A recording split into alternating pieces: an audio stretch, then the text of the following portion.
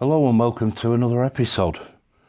Today I'm going to be going through some incoming mail, and I'm going to get round to the 750 subscriber giveaway. Now I know that's a few weeks overdue, but there was a reason for that, and that was waiting on a particular set of stamps, which I'm sure you know what they are. I shall start anyway with the incoming mail. Now the first one here you can see is from the Royal Mail. Now you've probably got a good idea what this is if you've seen, pardon me, my recent videos, and there are a few other people online have posted images of this, and this is the King Charles III first set of definitive stamps that have been released by the Royal Mail. Now, this is one of the reasons for the delay with the giveaway, because I wanted to include this set of stamps in the giveaway. So as you can see, they're NVIs, they're no value indicated. Got a second class green, first class plum, second large, which is that's like slate colour, and then first large, which is this like marine blue, I think it's described as, but exactly the same colouring as the previous set featuring Queen Elizabeth, and pretty much in the same style as the self-adhesive data matrix types. And they do have a security overprint. Now I don't know if you can see that on those. Yeah, there you go. As I turn it towards the light, you should be able to see the security overprint,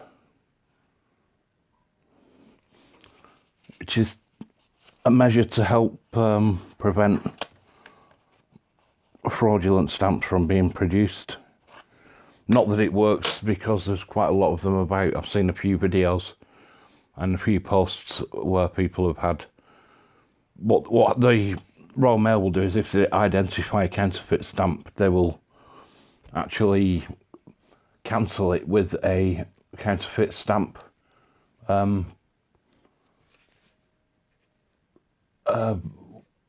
cancellation, and then obviously it either gets sent back to you or it goes to the recipient, but then they'll have to pay the postage rate, as you know, there's no postage paid on it because it's a counterfeit stamp.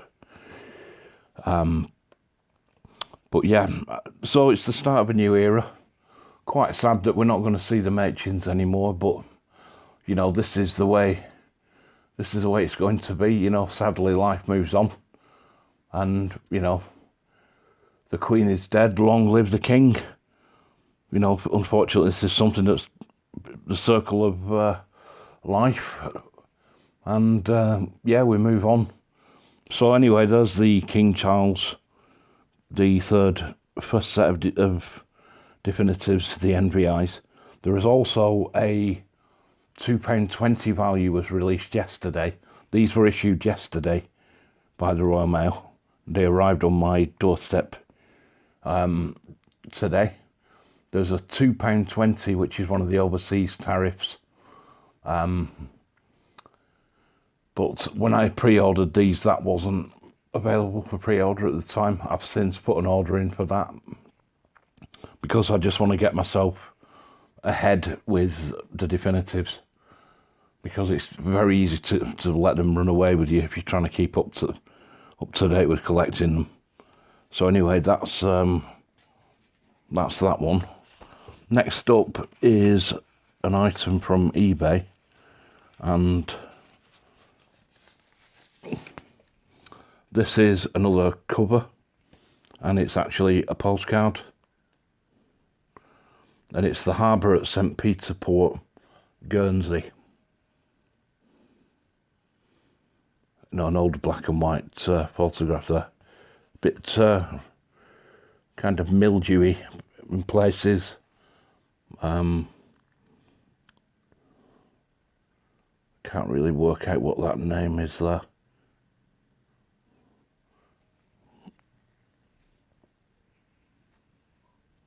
Or the address. But the reason I bought this is for this item up here. As you can see, if you're familiar with the 1940 centenary penny black stamps, you can actually see at the bottom it says 842, and then on the left, and then 1940 on the right. This is the set that features Queen Victoria alongside King George VI. But as you'll notice, it's been cut diagonally across the corners, and there was a shortage of stamps in the Channel Islands. This is from what, December? Yeah, 27th of December 1940. Now, the Channel Islands were occupied by the German forces after the invasion of France in June of 1940. So yeah, there was a shortage of stamps to the Channel Islands. So permission was given for them to cut the stamps into half. They called it bisect, and it was done diagonally. And this meant that the rate was still the postal rate that was on the stamp, I believe. So I believe that this would have still been a 2p postage rate. I may be mistaken on that though, and if somebody does know any better, can you please post a comment on that? But yeah, I thought this was quite a nice little item to have, one of these bisect covers. So yeah, like I said, nothing particular fancy. It wasn't particularly expensive. Just another piece of postal history to add to the collection. Right, I can move those out of the way. Then we move on to, I do have some viewer mail. And this is items from a couple of people. Some of this arrived last week, but obviously I did the focus on the Isle of Man albums. And yeah, this is from Andy Hutchins, and what he sent me was some George V South Africa, Union of South Africa stamps. And these two here, which I've never seen before and I wasn't aware existed, were South African definitives with a Kenya, Tanganyika, Uganda overprint. So that's something new, especially on my radar. I wasn't aware of that being a thing. So thanks for that, Andy. He's also sent me a small selection of German stamps from the Bundesrepublik, and then quite a selection of stamps from the Deutsche Democratic Republic, which was East Germany. Now, you know, these can be seen, I suppose, by some people as quite controversial, in that they show the head of Hitler on the stamps. And Andy did actually comment in his letter, do you think it's acceptable to collect these stamps? Andy says he thinks it is, and so do I. I don't see that in collecting these stamps with Hitler's image on them in any way glorifies or does anything but, to help promote, somebody who should be one of the most vilified people in history. We all know what he did. We all know what he was responsible for. But just owning a collection of stamps shouldn't, I don't think so. It's not a glorification of the man or any of his deeds. you're collecting a piece of history. It's a thing from a moment in time. You know, I'll be the first to vilify the man, but you know, I will have his stamps in my collection. You know, if anything, we should collect these stamps as a reminder of the horrible things that happened, and use that to make sure that they never do happen again. So yeah, there's 4 of them there. I do have some of these, but I don't actually have these values that were sent here by Andy. I had them from my childhood collection that my uncle had started and passed on to me. So I think I've got about a dozen or so in total. But yeah, I think it's perfectly acceptable to collect them. You know, as long as you're not treating it as some sort of glorification of the man, which I don't think anybody in our field of stamp collecting would do anyway. And then it moves on to, actually got Deutsches Reich, and then with that 25 cent stamp there, we've got Deutsche Demokratische Republik. Now, this is another man that, for my money, should be vilified. Maybe not to the same degree as Hitler, but certainly a man responsible for a lot of misery. This is Walter Ulbricht, who was the General Secretary of East Germany from 1950 to 1971. He's one of the men responsible for the building of the Berlin Wall, and a man who would celebrate the death of anyone trying to escape being shot by his bodyguards. He would then treat those bodyguards as heroes. There's a horrible story. One of the first people to be killed trying to cross the border was a young lad, 18 years old, Peter Pector. He climbed over the wall at the eastern section. He ran across the death strip to try and scale the wall on the western side, and the bodyguards opened fire and shot him several times, but they didn't kill him. And he lay within earshot of a lot of people, because people were watching and listening. People on the west were not allowed to climb over the wall and assist, because that territory was actually East Germany. And the poor lad, he bled to death. It took him an hour or over an hour to die, but nobody helped. Nobody from the west could do anything, and the people on the eastern side didn't do anything either. But yeah, this man here would then have given the bodyguards, you know, not necessarily a medal, but certainly a big pat on the back and well done. You know, killing an 18-year-old lad and letting him bleed to death for an hour, I don't think is, you know, any mark of any, you know, it's certainly no policy to run the security of your country by. You know, the whole, I think, you know, East Germany was kind of doomed from the start. It was a puppet state of the Soviet Union. Interesting times. I mean, I've been to Berlin several times, and I love the history of, you know, the Cold War. But yeah, you just realise how many horrible things went on under, you know, the purview of people like Walter Ulbricht, Erich Mielke, who was head of the Stasi, who were one of the worst secret police organisations ever for their intrusive behaviour. Everybody was spying on everybody. Everybody was informing. You could be just dragged off to prison and locked up without charge and essentially just disappear. You know, the state just protected itself at all costs because it didn't want people moving to the west. You know, you couldn't legally leave the country. Yeah.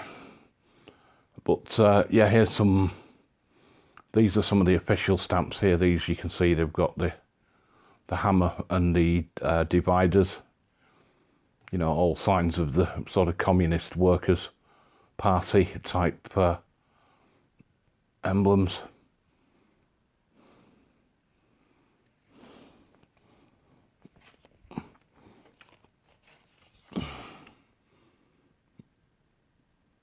Again, some of these very dour, and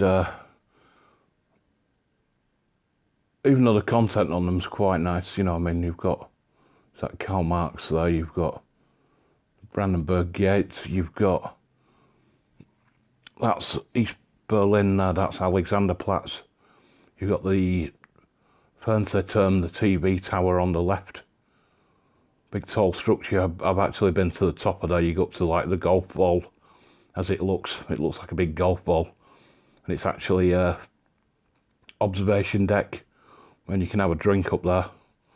That there is the world time clock, and it displays the time in every country around the world. The Weltseite. I've been, you know, I do like visiting these sites.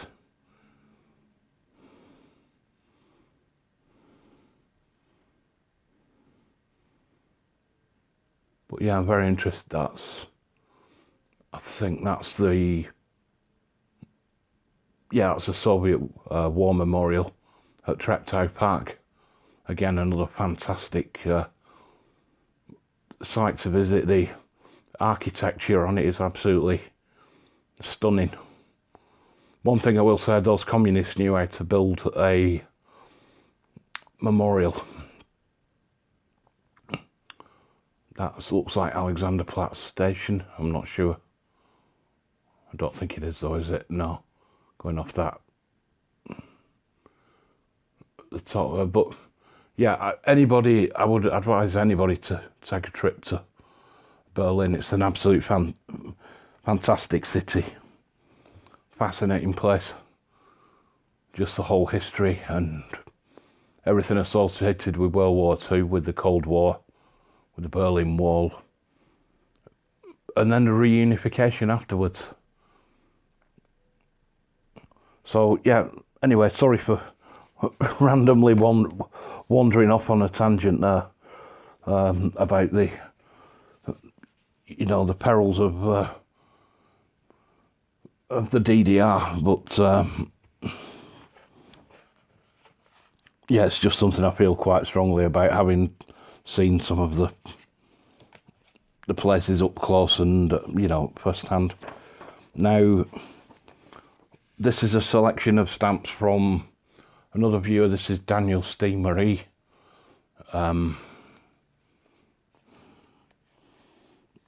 Viewer who I've messaged, you know, we've swapped messages a few times. He was the winner of one of my giveaways previously. So he sent me some on paper, some space stamps, some more space themed stamps there. And then we've got a selection here. These are Netherlands, but Netherlands territories. You got like Suriname up there at the top right, Netherlands Antilles, and then 2 stock cards containing various definitives and commemoratives. So another generous gift there.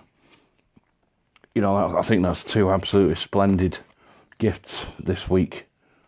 So some more Netherlands there, which I'll go through and no doubt cherry pick what I need out of that into my collection that's ongoing. And yeah, those German and East Germany stamps. You know, again, another fantastic bit of generosity there from Andy. Thank you both very much for that. It is much appreciated. You know, these stamps have got they have got a home. They've got a good home, and I will look after them. Right, so let's move on. The giveaway. So what are we in now? We're in the first week of April, aren't we? And I started the channel on the first week of December. So what, 4 months in? And I've just hit just over 800 subscribers, which I'm absolutely, I know I keep saying it, but I'm gobsmacked. You know, it's roughly 200 subscribers a month are joining the channel, which I find is just amazing. As I've said before, I didn't expect anybody really to be watching this content. I thought maybe, you know, half a dozen people or a couple of dozen at tops might view the content, but you lot have all stuck in with me, and you know, the channel's growing. I'd like it to grow some more.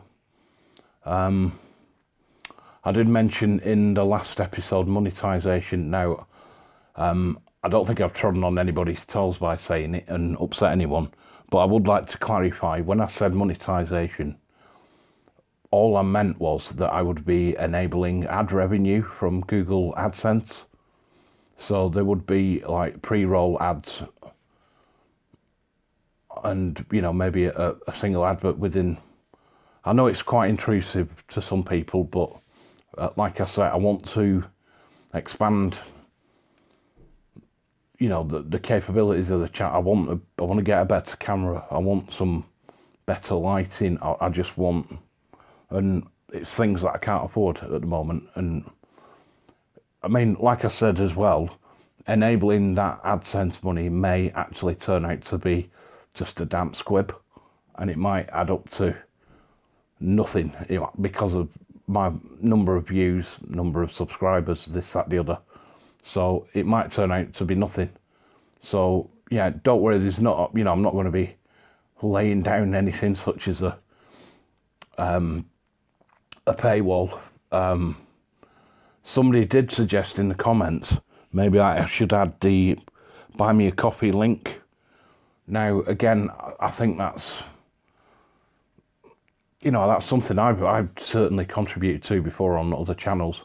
You know, I've just thrown a little bit of money in the tip jar. You know, that's another potential option, but I don't want to just do that. And if I did, I'd only do it for a limited time, I think. But yeah, I wouldn't do that just willy-nilly, I think. Maybe let me know. Maybe make a comment on that. But yeah, as of this moment, I don't have any intention of doing that just now. So it would be purely speculative just to see what the AdSense thing throws up. You know, take it from there. Like I say, it could end up not being worth bothering with at all. Or it might turn out that, oh, this will actually provide a little bit of income that will, you know, enable you to, you know, meet some targets and, you know, achieve what you want. So anyway, that's down the line from now. Let's get on with the giveaway. So first up is, this is an item, I do own this myself, and I bought this again on eBay. This is a 1840 to 1990 penny black anniversary book, and this was issued by the Royal Mail, and essentially it's a history of the penny black. You know, it's in colour where it can be. Talks about the penny post. Also talks about the Mulready stationery.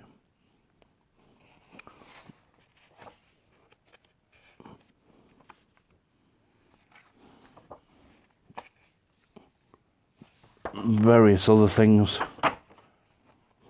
And then moves on to other eras of stamps. You can see here we've got the George V Downy heads and profile stamps.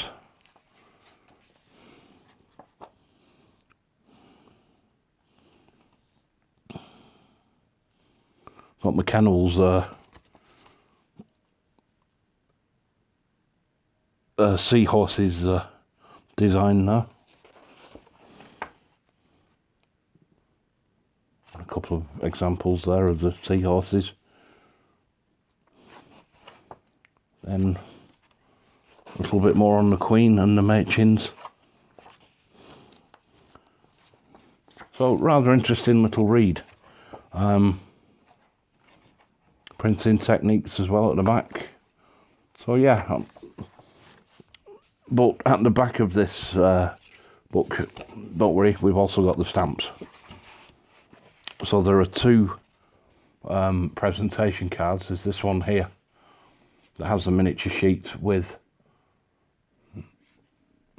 the double head 20p on it, and then down at the bottom here we've got the 5 stamps from the set. And also there is we can actually take this out of here. There's actually a recreation of a Mulready envelope. Now what I've done with that is I've scanned that. I took that and made a scan of it, and I've sent it to people using that as the envelope. You obviously have to sellotape it up to fasten it, but I think it's quite nice, especially if you stick one of the like penny red or penny black self-adhesives as the, you know, as a period kind of authentic stamp on it. So yeah, this is one item in the giveaway. This is for the main winner. Just to clarify, there are going to be 3 winners. There'll be 1 primary prize winner, and then there'll be 2 runners up. So that's just to clarify that. Next up, this is still all, I'll go through everything that's included in the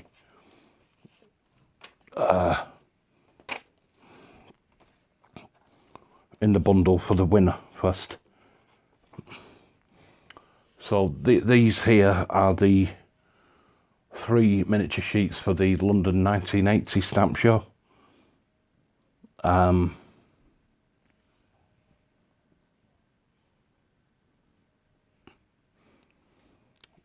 They're actually the first 3 miniature sheets that the Royal Mail ever produced. This one here in 1978, the historic buildings set. Then in 1979 it followed with this, which was to do with the penny post introduction of, there's Rowland Hill there, top left. And then in 1980 there's this one, which is the largest stamp that Britain's produced, with the London skyline, with the various landmarks all kind of superimposed on one another. Tower of London, Tower Bridge, Post Office Tower, Nelson's Column, Westminster Abbey, St Paul's, Eros at Piccadilly. But yeah, done in like this old-fashioned style as well. I do like that. It's one of my favourite stamps from that era. So yeah, you've got all 3 of those.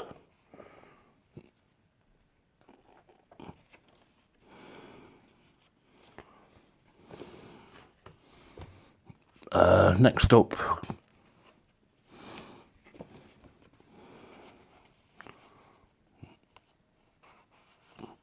we've got a couple of miniature sheets here. These are the 50th anniversary of the Wildings.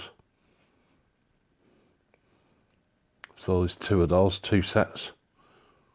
Collection 2, collection 1. These have all got decimal denominations, or a couple of them are NVIs.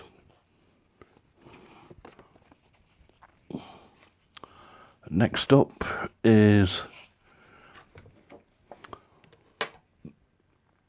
this is a miniature sheet celebrating the stamp designs of David Gentleman. David Gentleman's the chap responsible for the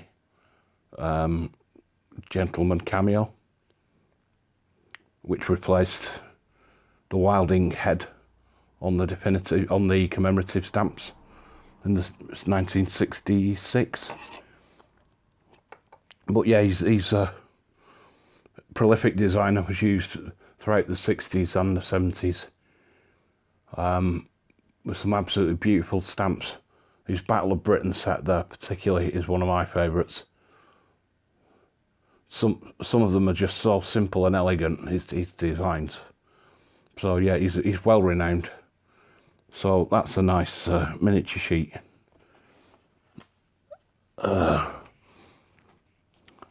Next up, we've got these two which are kind of related.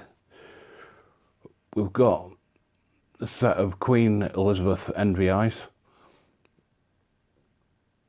and underneath those I've got the stamps that I showed you at the start of the episode, the King Charles equivalent replacements.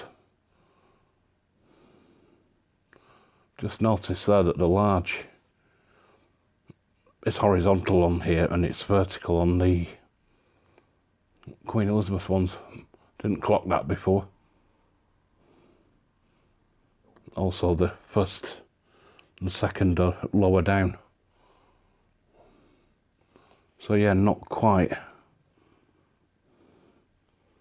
like for like, but I think that's to do with the design of the heads. Obviously, you know, this is the coinage head that's been used for Charles III. So yeah, there's those two as well. And then finally, there's a couple of sheets of self-adhesive Mädchens. You know, these are going to be absolutely no use for postal use after the 31st of July. But, you know, I bought these, so I've got these in my collection as well. But I've got them as intact sheets, and that's how I want them. So there's a couple of those. Now, you could do something with these. You could frame them, or you could just add them to your collection as, you know, an extra thing in your Mädchen collection. So that's everything for, in fact, let me tuck everything in there so it all stays together. So that's first prize giveaway. And then next two are pretty much similar. It's just slight variation on the same theme. Two runners up will get a selection of British definitives and a couple of commemoratives thrown in there. You've got some penny reds up here. Edward VII, George V, George VI, George VI high values, Edward VIII, Queen Elizabeth Wildings, some regional Wildings, some regional Mädchens, some NVI Mädchens, and that's got some decimal pre-93 and then some 93 onwards. They're not exactly the same, and I've not been able to replicate that. It's just due to what I've got in the collection of overstocks and the like. So what I've tried to do is, where I've given more of one thing in this one, I'll have given more of something else in the other one, just to kind of balance it out. But again, I've got 3 penny reds on that one. Some more George, slightly more George V on there. George VI, Edward VIII. The Wildings again. A TARDIS definitive. A postage due.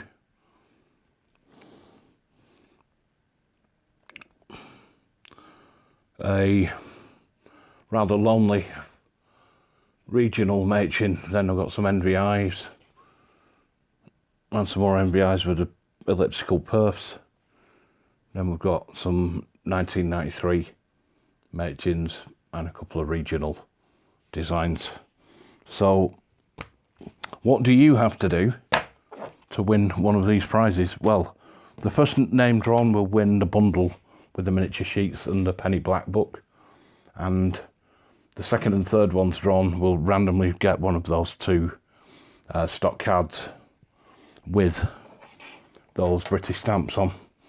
So all you need to do to enter this contest, this giveaway, is to type the word crown, CROWN, as a comment in the comments of this video. That's all you need to do.